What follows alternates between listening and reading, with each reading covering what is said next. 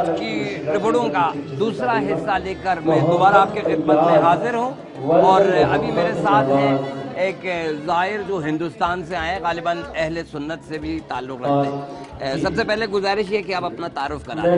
میرا نام آزاد محمد ہے اور میں نوری ٹورز اینڈ ٹریولز چلاتا ہوں۔ میں گروپ لے کر کے آیا ہوں جس کے اندر 28 زائرین ہیں شامل۔ ماشاء اللہ۔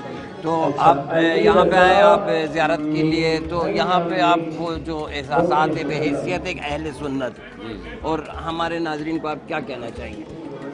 میں بس یہ کہنا چاہوں گا کہ یہاں پہ جو تقریر ہو رہی ہے امام رضا رضی اللہ تعالیٰ عنہ کے بارے میں اور حضرت علی کرم اللہ وجہ الکریم کی آل کے بارے میں، ماشاءاللہ وہ سن کر کے بہت اچھا لگا مجھے اور بڑی خوشی ہوئی مجھے کہ اللہ تعالیٰ جو انہوں نے مشن دیا تھا اس مشن کو فالو کریں، بس اس پہ عمل کریں۔ یہ میری بس سب سے التجا ہے کہ اس چیز کا دھیان رکھیں اور 5 وقت کی نماز پڑھیں انشاءاللہ۔ اتحاد بین المسلمین، یعنی جو وقت کی ضرورت ہے اور وقت کے تقاضا بھی ہے، اس کے بارے میں آپ کیا کہنا چاہیں گے؟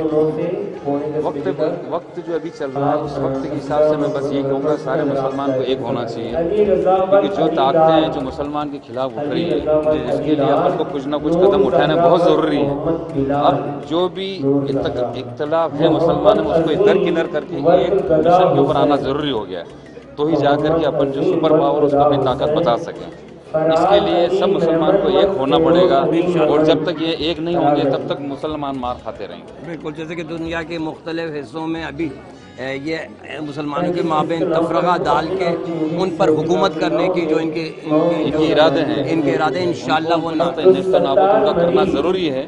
آپس کے اختلاف ایک الگ چیز ہوتی ہے، مگر اس وقت ہم کو ایک ہونا بہت ضروری ہے، تو ہی جا کر کے ہم پوری دنیا کے اندر اپنی طاقت بتا سکتے ہیں جو پہلے تھی اپنی، جس کو ہم چھوڑ چکے ہیں۔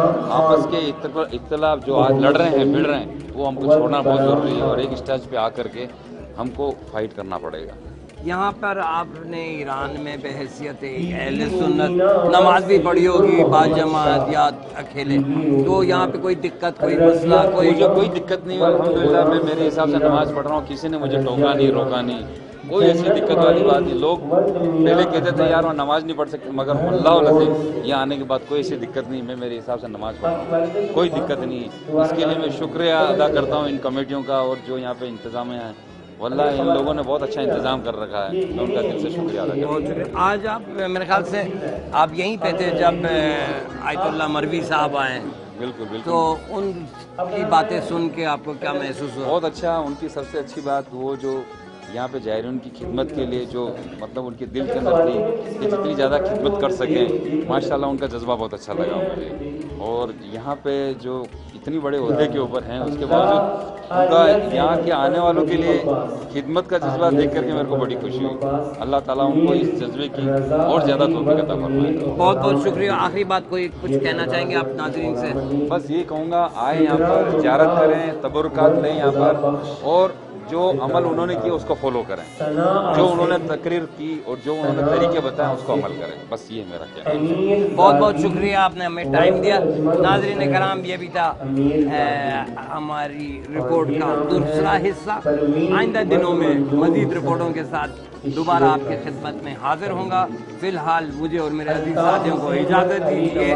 کیمرہ مین مہدی نظیف کا اور ایمان دیوان بیگی کے ساتھ سید حسام الدین مہاجری، رواق کوثر، حرم امام رضا علیہ السلام، مشہد مقدس۔